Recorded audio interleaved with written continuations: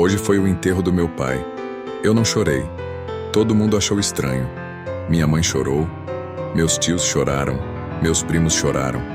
Eu fiquei lá, em pé, do lado do caixão, com o rosto seco, sem uma lágrima. Daniela, você tá bem? Minha tia me perguntou. Tô. Mas é seu pai. Eu sei. Ela não entendeu. Ninguém entendeu. Como eu ia chorar por um homem que passou 32 anos me olhando como se eu fosse uma decepção ambulante? Como eu ia chorar por alguém que nunca me escolheu? Meu nome é Daniela. Tenho 32 anos. E essa é a história de como eu passei 2 décadas da minha vida tentando ser boa o suficiente para meu pai me amar. E de como ele morreu, sem nunca ter conseguido. A primeira memória que eu tenho do meu pai é dele me corrigindo. Eu tinha 4 anos. Estava desenhando na mesa da cozinha.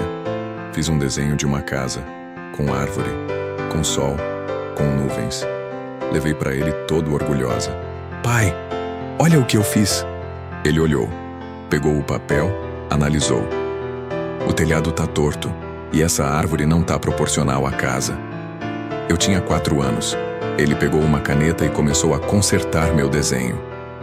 Olha, se você fizer assim fica melhor. Rabiscou em cima do meu desenho. Corrigiu tudo. Quando devolveu, não era mais meu desenho. Era dele. Pronto, agora tá certo. Eu não entendi na época, mas já sentia algo. Uma sensação de que nada que eu fizesse era bom o suficiente. Meu pai era engenheiro, homem de exatas, racional, perfeccionista. E eu era... uma criança. Tentando existir. Mas para ele, existir não bastava. Tinha que existir corretamente. Quando eu tinha 6 anos, aprendi a andar de bicicleta. Treinei sozinha no quintal. Caí 1000 vezes. Ralei os joelhos. Mas consegui. No dia que consegui pedalar sem cair, chamei meu pai. Pai, consegui. Olha. Ele saiu de casa. Ficou vendo. Pedalei.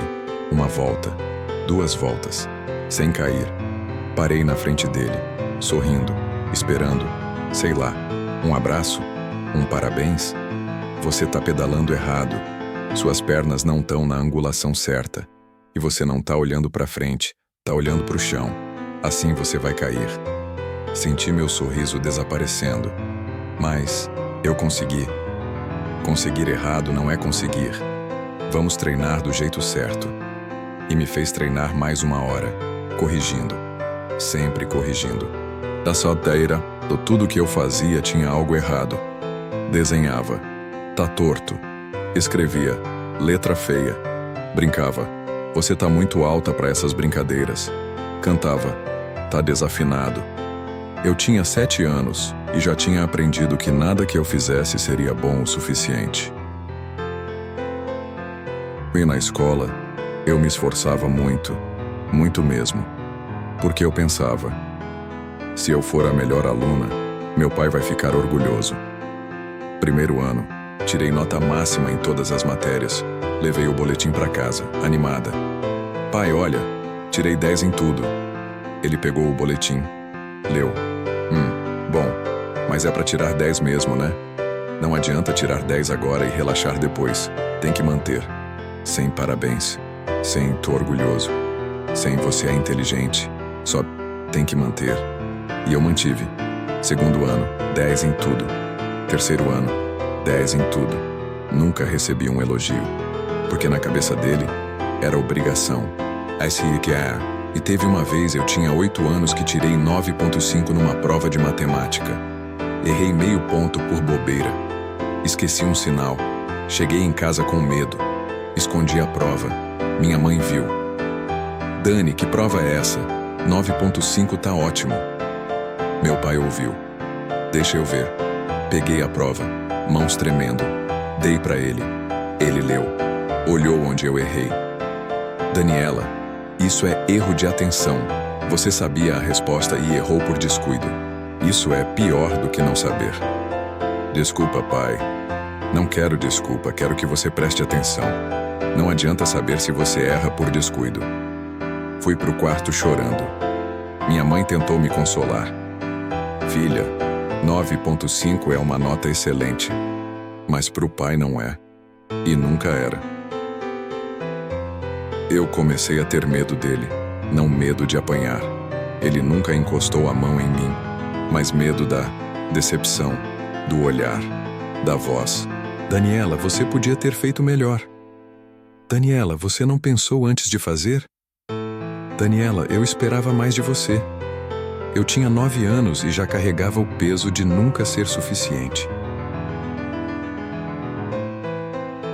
Meu irmão mais novo, o Pedro, era diferente.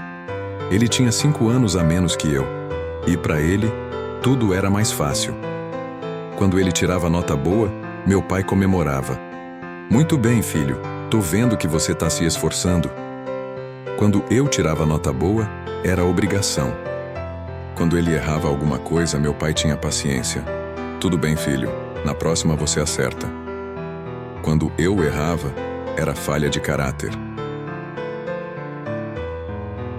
Teve um dia que marcou minha infância. Eu tinha 10 anos, Pedro tinha 5. Era dia dos pais na escola. Cada aluno tinha que apresentar algo com o pai. Eu preparei uma apresentação. Treinei semanas. Era sobre o trabalho do meu pai. Engenharia, construção civil. Pedro fez um desenho, rabiscado, em 5 minutos. Na hora das apresentações, eu subi no palco com meu pai. Fiz minha apresentação. Falei sobre pontes, estruturas, cálculos. Tudo certinho. Decorado. O público aplaudiu educadamente.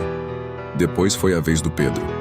Ele mostrou o desenho dele, todo torto, todo infantil. Meu pai sorriu, genuinamente sorriu.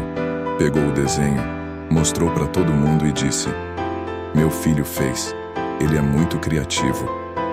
Eu tinha feito uma apresentação técnica de 5 minutos. Ele tinha rabiscado um papel. Adivinha qual deixou meu pai mais orgulhoso? Percebi ali que não importava o que eu fizesse. Eu podia tirar 1000, podia ser perfeita, podia me matar de estudar. Nunca ia receber o olhar que ele dava pro Pedro, porque pro Pedro qualquer coisa era motivo de orgulho. Para mim, nada nunca era suficiente. Quando fiz 11 anos, tentei uma estratégia diferente. Se ele não se orgulha do meu lado acadêmico, vou tentar outras coisas. Comecei a fazer o que ele gostava. Ele gostava de futebol? Pedi para ele me ensinar. Pai, me ensina a jogar bola? Futebol é coisa de menino, Daniela. Mas eu quero aprender. Você não vai ser boa nisso. Não é seu perfil. Nem tentou. Ele gostava de consertar coisas? Tentei ajudar. Pai, posso te ajudar a consertar isso? Não, você vai atrapalhar. Fica aí quieta. Ele assistia jogos no domingo? Sentei do lado dele, fingia interesse, perguntava sobre regras, tentava conversar. Ele respondia curto, irritado com minhas perguntas. Daniela, você não entende de futebol. Deixa eu assistir. Desisti. Com 11 anos eu já tinha entendido. Meu pai não queria minha companhia. Ele queria nada de mim, na verdade. Eu era só uma obrigação. Uma filha que ele tinha que criar, mas não necessariamente amar. No ensino médio eu era a melhor aluna do colégio. Medalha de ouro na Olimpíada de Matemática. Melhor redação do estado. Menção honrosa em física. Cheguei em casa com a medalha de ouro. Pai, ganhei ouro na Olimpíada de Matemática. Tinha mais de 1000 participantes. Ele estava no computador, trabalhando. Legal. Parabéns. Sem olhar, deixei a medalha na mesa. Fui pro quarto. No dia seguinte, a medalha estava dentro de uma gaveta, junto com outras. Nunca foi exposta, nunca foi mostrada para ninguém. Como se não tivesse valor, como se eu não tivesse valor. Enquanto isso, o Pedro jogava futebol no time da escola. Ele era reserva, mal jogava, mas meu pai ia em todos os jogos. Filho, tô indo te assistir jogar. Vai lá, campeão. Ele nunca foi em nenhuma das minhas Olimpíadas, nenhuma premiação, nenhuma apresentação. Daniela, eu trabalho. Não dá para sair toda hora. Mas para os jogos do Pedro dava. Quando fiz 15 anos, tentei conversar com ele sobre isso. Pai, você nunca vai me ver fazer nada? Como assim? Tipo, nas Olimpíadas, nas apresentações, você nunca vai?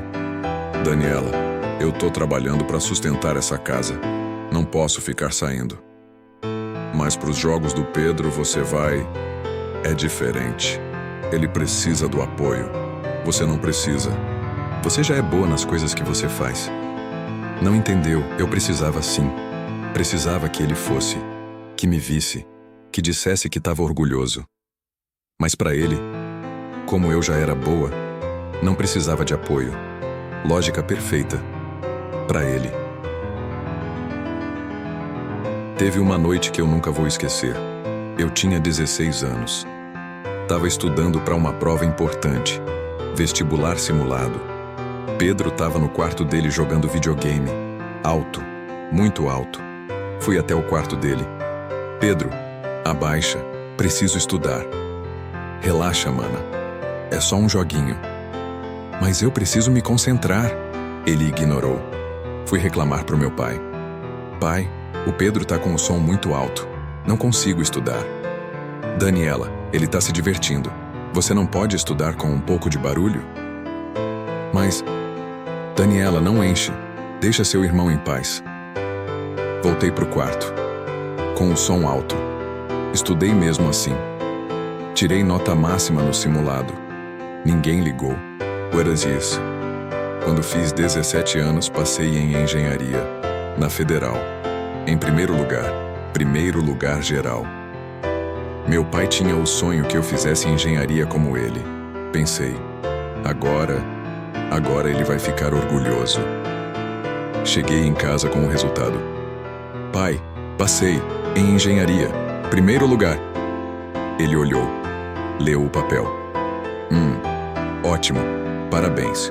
Então você vai fazer engenharia. Eu vou... Você tá feliz? Claro, é uma boa universidade. Você vai fazer minha profissão. E... foi só isso. Não teve abraço. Não teve tô orgulhoso. Não teve você é incrível. Só... você vai fazer minha profissão. Nos anos de faculdade, tentei me aproximar dele. Tentava conversar sobre matérias, sobre cálculos, sobre projetos. Pai, tô fazendo um projeto de ponte. Você pode me dar umas dicas? Daniela, você tá na faculdade. Tem que aprender a resolver sozinha. Mas eu queria sua opinião. Lê o livro. Tá tudo lá. Ele nunca quis me ajudar. Nunca quis conversar sobre engenharia comigo. E eu pensava, mas esse era o sonho dele, que eu fizesse engenharia. Por que ele não quer conversar sobre isso comigo? Me formei em 4 anos, com honras, segunda melhor da turma. Na formatura meu pai foi, tirou foto, postou no Facebook. Minha filha é engenheira. Parabéns, Daniela. 8 curtidas. Quando o Pedro terminou o ensino médio, com notas medianas, meu pai postou: meu filho se formou, que orgulho. Esse menino é meu tudo. 46 curtidas. Consegui um emprego bom, numa construtora grande. Fui promovida em 2 anos. Virei coordenadora. Contei pro meu pai. Pai, fui promovida. Agora sou coordenadora de projetos. Boa. Tá ganhando bem? Tô. Ganhando bem. Ótimo. Não esquece de guardar dinheiro. E mudou de assunto. O Pedro, enquanto isso, estava achando seu caminho. Começou 3 faculdades. Largou todas. Não trabalhava. E meu pai tinha paciência. Filho, não se preocupa. Você vai achar o que você gosta. Eu tinha construído uma carreira inteira, sozinha, e meu pai mal notava. Mas o Pedro, que não fazia nada, era tratado como príncipe. Quando fiz 28 anos, conheci o Felipe. Namoramos 2 anos. Ele me pediu em casamento. Fui contar pro meu pai, animada. Pensei, talvez agora, talvez meu casamento, ele vai demonstrar alguma coisa. Pai, o Felipe me pediu em casamento. Ah, é? Legal. Quando vai ser? Ainda vamos marcar. Mas você gosta dele? Ele parece ser gente boa. Só gente boa? Daniela, o que você quer que eu fale? Ele é educado, trabalha. Tá bom. Queria que ele falasse que estava feliz por mim, que estava orgulhoso, que queria participar do casamento. Mas ele não falou nada disso. No dia do casamento, meu pai me levou pro altar. A música tocou. Caminhamos juntos. Eu olhei para ele, procurando alguma emoção, algum olhar, alguma coisa. Ele estava olhando para frente, rosto sério, sem expressão. Chegamos no altar. Ele me entregou pro Felipe e foi sentar. Não chorou, não sorriu, não apertou minha mão, só me entregou, como se estivesse entregando um pacote. Quando fiquei grávida, 1 ano depois, achei que talvez... Pai, tô grávida. Você vai ser avô. Parabéns. Menino ou menina? Ainda não sei, mas você tá feliz? Claro, é bom. Mais um neto. Sem abraço, sem emoção. Minha filha nasceu. Isabela. Linda. Perfeita. Levei ela para conhecer o avô. Meu pai pegou ela, olhou, devolveu. Bonita. Parece com você. E foi assistir TV. Enquanto isso, quando meus primos tiveram filhos, ele passou semanas visitando, tirando foto, postando, comemorando. Mas minha filha, a primeira neta, nada. Bessel Dias, eu tinha 30 anos quando finalmente aceitei. Aceitei que meu pai nunca ia me amar do jeito que eu precisava, nunca ia me ver, nunca ia se orgulhar, nunca ia me escolher. Parei de tentar, parei de ligar toda semana, parei de visitar, parei de mandar foto da Isabela. E sabe o que aconteceu? Ele não percebeu. 2 meses sem contato. Nada. 3 meses. Nada. 4 meses. Nada. E minha mãe ligou. Dani, seu pai quer saber por que você não vem mais aqui. Ele pode ligar e perguntar. Você sabe como ele é. Não é de ligar. Pois então não é de ter resposta também. 6 meses depois, meu pai teve um infarto. Minha mãe ligou desesperada. Dani, seu pai tá no hospital, infarto, vem rápido. Fui. Cheguei no hospital. Ele tava na UTI, entubado. Fiquei do lado dele, olhando, e pensei, e se ele morrer agora? E se essa for a última chance? Segurei a mão dele e falei, mesmo ele inconsciente, pai, eu passei a vida inteira tentando ser boa o suficiente para você. Tirei as melhores notas, fiz a faculdade que você queria, construí uma carreira, casei, tive uma filha linda. E você nunca me viu, nunca disse que estava orgulhoso, nunca me escolheu. Ele não respondeu. Claro, estava sedado. E eu só queria que você me amasse. Do jeito que você ama o Pedro, do jeito que você ama todo mundo, menos eu. Ele sobreviveu. 2 semanas depois estava em casa. Fui visitar. Pai, como você tá? Melhor. Os médicos disseram que foi susto. Que bom. Silêncio. Pai, quando você estava na UTI, eu falei umas coisas com você. Você lembra de alguma coisa? Não. Tava sedado. Por quê? Nada. Esquece. Nos 2 anos seguintes, continuei visitando, esporadicamente, mais por obrigação que por vontade. Levava a Isabela. Ele brincava com ela 5 minutos e ia fazer outra coisa. Quando o Pedro visitava, uma vez a cada 3 meses, meu pai ficava o dia inteiro com ele, conversando, rindo. Eu visitava toda semana e ficava lá, invisível. E meu pai morreu de infarto fulminante. 2 semanas atrás, tava vendo TV, sozinho em casa. Caiu, morreu na hora. Quando chegaram no hospital, já não tinha mais nada para fazer. Aí diz, no velório todo mundo chorou. Minha mãe, meus tios, meus primos, o Pedro. Eu fiquei lá, seca, sem lágrima, olhando pro caixão e pensando. Eu passei 32 anos tentando agradar esse homem, e ele morreu, sem nunca ter me escolhido. Hoje, 1 semana depois do enterro, tô aqui, na sala da minha casa. A Isabela tá brincando no chão, feliz, inocente. E eu juro pra mim mesma, ela nunca vai saber o que é tentar agradar um pai que não vê. Tem gente que diz, mas ele era seu pai. Ele te amava do jeito dele. Pode ser, mas do jeito dele nunca foi suficiente. Porque o jeito dele era me tratar como obrigação. Era me cobrar perfeição e nunca elogiar. Era estar presente fisicamente, mas ausente emocionalmente. E sabe o que mais dói? Não é que ele morreu, é que ele morreu. E eu nunca vou saber. Nunca vou saber se ele estava orgulhoso, se ele me amava, se eu importava para ele. Porque ele nunca disse. E agora, nunca vai dizer. Eu não choro pela morte dele. Eu choro pelo tempo perdido, pelos 32 anos que eu passei tentando ser vista por alguém que nunca me olhou. Mas sabe de uma coisa?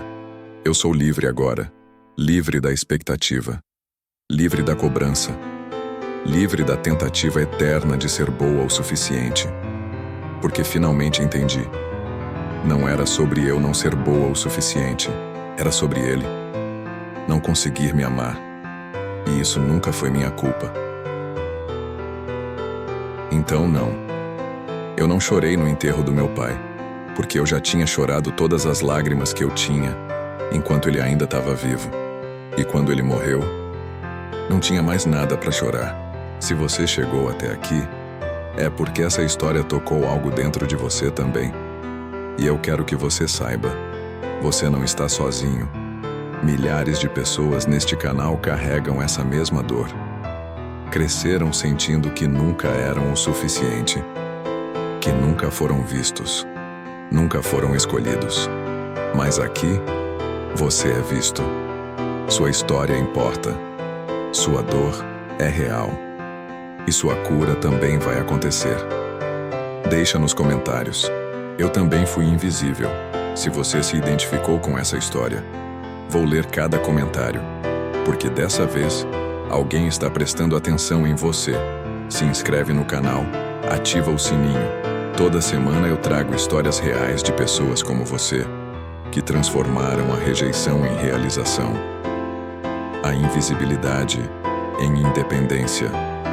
Deixa o like se essa história te emocionou. Compartilha com alguém que também precisa ouvir que não está sozinho. Você merecia ter sido prioridade. Você merecia ter sido amado desde sempre. Mas já que não foi, agora é sua vez de se escolher. Nos vemos no próximo vídeo. E lembra, aqui, você importa.